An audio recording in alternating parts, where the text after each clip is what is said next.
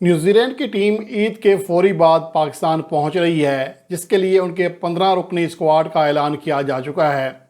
اس کے حوالے سے ایک عام تاثر یہ ہے کہ یہ نیوزی لینڈ کی بی یا پھر سی گریڈ ٹیم ہے، اور اگر دیکھا جائے پلیئرز کے ناموں کے اعتبار سے تو یہ بالکل صحیح ہے۔ لیکن اگر حقائق کے اعتبار سے دیکھا جائے اور بغیر کوئی جانچے بغیر ایسا بیان نہ دیا جائے تو صورتحال بالکل مختلف دکھائی دیتی ہے، کیونکہ ہمارا حساب وہ نہیں ہے جو کہ نیوزی لینڈ کا ہے۔ ہم ایک ہی ٹیم کے ساتھ ایک ہی پلیئر کے ساتھ قسم اٹھا لیتے ہیں کہ انہی پلیئر کے ساتھ چلنا ہے، جبکہ نیوزی لینڈ میں ایسا نہیں ہے۔ اس کی بڑی مثال یہ ہے کہ نیوزی لینڈ نے رواں سال ٹاپ ٹیموں میں سب سے زیادہ 29 T20 انٹرنیشنل میچز کھیلے ہیں، اور ان میں صرف ایک ہی کھلاڑی ہے جو کہ سارے کے سارے میچز کھیلا ہے، اور وہ مارک چیپمین۔ اور اس کے علاوہ کین ولیمسن نے صرف 2 میچز کھیلے ہیں پورے سال میں، 29 میں سے صرف 2 میچز کھیلے ہیں۔ اور اوورآل میں آپ کو جائزہ پیش کروں گا کہ ان کے جو ریگولر پلیئر ہیں وہ ہیں کتنے۔ T20 فارمیٹ میں ان کے پلیئرز روٹیٹ ہوتے رہتے ہیں، اور اس کی بڑی مثال میں آپ کے لیے پیش کر رہا ہوں اس ویڈیو میں۔ اور اس کے علاوہ ہم جائزہ لیں گے کہ پاکستان کا موجودہ اسکواڈ، جس میں پاکستان کے مین پلیئرز ہیں، اور نیوزی لینڈ کا موجودہ اسکواڈ، اس میں کتنا بڑا فرق ہے بیٹنگ میں اور بولنگ میں، جسے دیکھ کر آپ بھی شاید دنگ رہ جائیں۔ ان میں بات کرتے ہیں پہلے کپتان ٹیم بریسویل کی، جن کا مارچ 2023 کے بعد کم بیک ہو رہا ہے۔ وہ انفٹ تھے، جس کی وجہ سے وہ نیوزی لینڈ کی نمائندگی نہیں کر رہے تھے، لیکن ان کا کم بیک بھی بڑے شاندار انداز میں ہو رہا ہے، کیونکہ وہ سپر سمیش کے اپنے آخری میچ میں، جو کہ ایلیمنیٹر میچ تھا، اس میں وہ 24 گیندوں پر 54 رنز بنانے میں کامیاب رہے تھے، 1 چوکا اور 6 چھکے لگائے، 226 کا اسٹرائک ریٹ تھا، جبکہ اپنے آخری فرسٹ کلاس میچ میں وہ اپنے کیریئر کی بہترین بولنگ کارکردگی دکھاتے ہوئے 41 رنز دے کر 8 وکٹیں حاصل کرنے میں کامیاب رہے تھے۔ تو آپ اس سے اندازہ لگا سکتے ہیں کہ وہ کتنی بہترین فارم میں آ رہے ہیں۔ اور اس کے علاوہ ان کا مجموعی جو T20 کیریئر ہے، اس میں بھی ان کا اسٹرائک ریٹ 139 سے زیادہ ہے، اور بولنگ میں بھی وہ بڑے کمال کے بولر ہیں۔ اس کے علاوہ اب بات آتی ہے کہ نیوزی لینڈ کے ریگولر پلیئرز۔ نیوزی لینڈ نے رواں سال سب سے زیادہ 29 T20 انٹرنیشنل میچز کھیلے ہیں، جس کے بعد انڈیا نے 26 میچز کھیلے ہیں، دوسرے نمبر پر ہے۔ نیوزی لینڈ کے ان 29 میچوں میں صرف مارک چیمپئن واحد کھلاڑی ہیں جو کہ تمام میچز کھیلے ہیں۔ اس کے بعد ایچ سعودی نے 23 میچز کھیلے ہیں، وہ بھی نیوزی لینڈ کے جو اسکواڈ ہے جس کا اعلان ہوا ہے دورہ پاکستان کے لیے، اس میں شامل ہیں۔ البتہ ڈیرل مچل، جس نے 22 میچز کھیلے ہیں، وہ شامل نہیں ہیں۔ یعنی 20 سے زیادہ میچز کھیلنے والے 3 میں سے 2 پلیئرز پاکستان آ رہے ہیں۔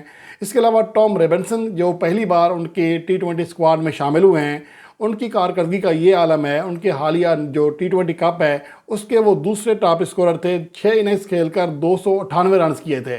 حالانکہ 11 میں سے صرف 6 میچز کھیلے، لگ بھگ آدھے میچز کھیلے انجری کی وجہ سے، اس کے باوجود وہ دوسرے ٹاپ اسکورر ثابت ہوئے۔ اس کے علاوہ جو ان کا ایک اہم میچ تھا، اس میں وہ 64 گیندوں پر 139 رنز کی ناقابل شکست اننگز کھیلنے میں کامیاب رہے تھے، جو کہ ٹورنامنٹ میں کسی بھی کھلاڑی کا بیسٹ اسکور تھا، اور وہ ٹورنامنٹ میں 2 سنچریاں کرنے والے بلے بازوں میں دوسرے کھلاڑی تھے۔ اور اس کے علاوہ اگر دیکھا جائے تو نیوزی لینڈ کے جن پلیئرز نے 2023 میں سب سے زیادہ چھکے لگائے ہیں، وہ دونوں ہی اس اسکواڈ کا حصہ ہیں جو کہ پاکستان آ رہا ہے، جن میں فن ایلن نے 43 چھکے لگائے، مارک چیمپئن نے 26 چھکے لگائے۔ اور یہی 2 پلیئرز ہیں جو کہ رواں سال 20 سے زیادہ چھکے لگا چکے ہیں۔ تو اس کا مطلب یہ ہے کہ نیوزی لینڈ کی جو ٹیم آ رہی ہے وہ اتنی زیادہ ویک نہیں ہے، یہی ان کے ریگولر T20 پلیئرز ہیں۔ اس کے علاوہ رواں سال کم از کم 100 رنز بنانے والے جن 5 کیوی پلیئرز نے 139 سے زیادہ اسٹرائک ریٹ سے رنز کیے ہیں، ان میں ماسوائے رچن راوندرا کے دیگر سبھی کیوی پلیئرز پاکستان آ رہے ہیں۔ اس کے علاوہ 2023 میں نیوزی لینڈ کے مجموعی طور پر 29 میچز میں صرف 9 ایسے پلیئرز ہیں جنہوں نے 15 سے زیادہ میچز کھیلے، اور ان میں سے 5 اس اسکواڈ کا حصہ ہیں جو کہ پاکستان آ رہا ہے۔ تو آپ اس سے اندازہ لگا سکتے ہیں کہ یہ کوئی سی یا بی ٹیم نہیں ہے، بلکہ ایک طرح سے ان کی مین T20 ٹیم ہے۔ اور جو پلیئرز نہیں کھیل رہے وہ ان کے ویسے بھی ریگولر پلیئر نہیں ہیں، ان کے یہاں بہت روٹیشن ہوتی رہتی ہے۔ ان کے اب تمام پلیئرز لگ بھگ ایک کلاس کے ہو چکے ہیں، کم از کم وائٹ بال میں۔ ریڈ بال میں ان کا جو اسکواڈ ہے لگ بھگ ایک جیسا رہتا ہے، لیکن وائٹ بال میں بہت زیادہ تبدیلیاں کی جاتی ہیں۔ اور نیوزی لینڈ نے یہ پلان اس لیے کیا ہے کہ ان کے پلیئرز IPL بھی کھیلتے ہیں، باقی لیگز بھی کھیل رہے ہوتے ہیں، اس لیے وہ محتاج نہیں ہے کسی کے۔ اگر کوئی کھلاڑی چلا بھی جاتا ہے تو ان کو کوئی ایشو نہیں ہے۔ اس کے علاوہ جو ریگولر پلیئرز ہیں ان میں ڈیرل مچل جس نے 22 میچز کھیلے، مچل سینٹنر 20 میچز کھیلے، گلین فلپس نے 18 کھیلے اور ٹیم سعودی نے 16 کھیلے۔ صرف یہ وہ ریگولر کھلاڑی ہیں جو کہ پاکستان کے دورے کا حصہ نہیں بنیں گے۔ اس کے علاوہ یہاں یہ بات بھی قابل ذکر ہے کہ 2023 میں پاکستان کا کوئی بھی بیٹر 145 کے اسٹرائک ریٹ سے رنز نہیں کر سکا، جبکہ پاکستان آنے والے نیوزی لینڈ کے اسکواڈ میں 2 ایسے کھلاڑی ہیں جن کا اسٹرائک ریٹ نہ صرف 145 بلکہ 150 سے بھی زیادہ ہے، جن میں فن ایلن کا اسٹرائک ریٹ 163.82 جبکہ جیمی نیشم کا 152.51 ہے۔ اب میں آپ کے سامنے یہاں پر کچھ سٹیٹس رکھ رہا ہوں جسے آپ دیکھ کر آپ کو اندازہ ہو سکے گا کہ نیوزی لینڈ کا جو اسکواڈ پاکستان آ رہا ہے وہ کتنا مضبوط ہے یا کتنا ریگولر ہے یا کتنا ان ریگولر ہے۔ 2023 میں نیوزی لینڈ کی جانب سے جس کھلاڑی نے سب سے زیادہ رنز کیے ہیں، مارک کیمپمین نے 645 رنز کیے، 139 کا اسٹرائک ریٹ رہا، 1 سنچری اور 4 ففٹیاں بنائیں، وہ شامل ہیں۔ دوسرے top scorer Finn Allen 539 runs کیے، وہ شامل ہیں۔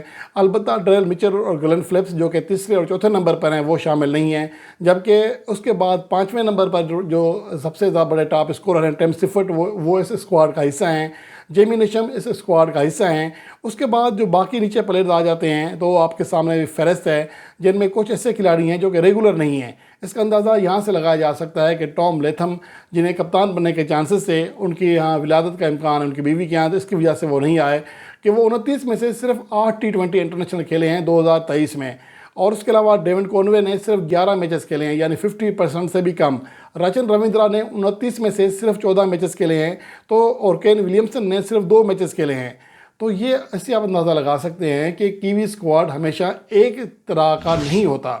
اور اس کے علاوہ جو سب سے اہم بات ہے کہ نیوزی لینڈ کا جو آخری میچ تھا آسٹریلیا کے ساتھ T20 انٹرنیشنل میچز، اس میں جن پلیئرز نے حصہ لیا تھا ان میں فن ایلن بھی شامل ہیں، وہ پاکستان آ رہے ہیں، ٹیم سفٹ بھی آ رہے ہیں، مارک کیمپین بھی آ رہے ہیں، جوش کلارکسن بھی آ رہے ہیں، ایڈم ملنے بھی آ رہے ہیں، ایش سوڈی بھی آ رہے ہیں، بین سیئرز بھی آ رہے ہیں۔ تو اندازہ کریں کہ اتنا بڑا ڈفرنس نہیں ہے جتنا کہ ہمارے ہاں واویلا کیا جا رہا ہے۔ اصل میں ہماری سوچ کا بڑا مسئلہ ہے کیونکہ ہم ہر چیزیں اپنے اعتبار سے دیکھتے ہیں۔ نیوزی لینڈ کا جو سیٹ اپ ہے T20 فارمیٹ کا وہ یکسر چینج ہو چکا ہے۔ اور اس کے علاوہ اگر بولنگ کی بات کریں تو رواں سال جن 9 بولرز نے 10 یا زیادہ وکٹیں حاصل کی ہیں ان میں سے 5 کیوی بولرز پاکستان آ رہے ہیں، صرف 4 نہیں آ رہے۔ اب یہاں موازنہ کرتے ہیں کہ دونوں ٹیموں کی اگر بات کریں، آپ کے سامنے میں اسٹیٹس رکھ رہا ہوں دونوں ٹیموں کے بیٹرز کی 2023 میں T20 انٹرنیشنل میچز میں کارکردگی۔ تو پاکستان کے جو بیٹرز ہیں ان میں اسٹرائک ریٹ کسی کا 145 سے زیادہ نہیں ہے، جبکہ نیوزی لینڈ کے 2 بیٹرز کا اسٹرائک ریٹ 150 سے بھی زیادہ ہے، جبکہ دیگر تمام کا اسٹرائک ریٹ لگ بھگ 140 سے زیادہ ہے، سوائے مارک چیمپئن کے جن کا اسٹرائک ریٹ 139.61 ہے، لگ بھگ 140 کو چھو رہے ہیں۔ دوسری جانب اگر دیکھا جائے پاکستان کے جو تمام بیٹرز ہیں ان میں سوائے سیم ایوب کے سب کا اسٹرائک ریٹ 135 سے زیادہ ہے، تو یہ اچھا سائن ہے پاکستان کی بیٹنگ لائن کے اعتبار سے۔ لیکن اگر ایوریج کے اعتبار سے بات کریں تو دونوں ٹیموں میں صرف 2 ہی کھلاڑی ہیں، بابر اعظم اور محمد رضوان، جن کا اسٹرائک ریٹ جن کی ایوریج جو ہے 2023 میں 40 سے زیادہ ہے۔ اس کے مقابلے میں نیوزی لینڈ کا کوئی بھی کھلاڑی اس حد کو نہیں چھو سکا۔ مارک چیمپئن واحد کھلاڑی ہیں جن کی جو ایوریج ہے وہ 35 سے زیادہ ہے۔ البتہ ان کے تمام پلیئرز کی جو ایوریج ہے وہ 25 رن فی اننگ سے زیادہ ہے، یعنی کم از کم 25 رن وہ ضرور بناتے ہیں۔ دوسری جانب پاکستان کے ساتھ یہ معاملہ الٹا ہے، سوائے بابر اعظم اور رضوان کے سبھی کی ایوریج 25 سے نیچے ہے۔ تو اس اعتبار سے دیکھا جائے تو پاکستان کی بیٹنگ لائن کسی حد تک کمزور دکھائی دیتی ہے، بجائے اس کے کہ یہ کہا جائے کہ پاکستان زیادہ مضبوط ہے۔ اس کے علاوہ اگر یہاں بات کریں بولرز کی تو پاکستان کے بولرز میں شاہین افریدی واحد بولر ہیں جنہوں نے 2023 میں 8 رن فی اوور سے زیادہ اکنامی ریٹ کے ساتھ رنز دیے ہیں، جبکہ دوسری جانب نیوزی لینڈ کے سوائے 2 بولرز کے دیگر سبھی کو یہ پٹائی کھانا پڑی ہے، جس کی وجہ حالیہ آسٹریلیا اور نیوزی لینڈ سیریز تھی جس میں رنز کی انبار لگے تھے۔ تو اوورآل دیکھا جائے تو دونوں ٹیموں کی بیٹنگ لائن میں یا بولنگ لائن میں کوئی بہت بڑا فرق نہیں ہے۔ ایڈم بل نے اس عرصے میں 25 وکٹیں حاصل کر چکے ہیں، ایش سوڈی نے 21 وکٹیں حاصل کی ہیں اور اچھی بولنگ کارکردگی کا مظاہرہ کیا ہے۔ پاکستان کے جو مین بولر ہیں نسیم شاہ، رواں سال وہ صرف 3 میچوں میں 1 وکٹ حاصل کر سکے ہیں اور فی وکٹ کے لیے لگ بھگ 96 رنز دیے ہیں، 8 رن فی اوور ان کا اکنامی ریٹ ہے۔ تو یہ اوورآل پاکستان کے اور نیوزی لینڈ کے بولرز کی کارکردگی کا موازنہ ہے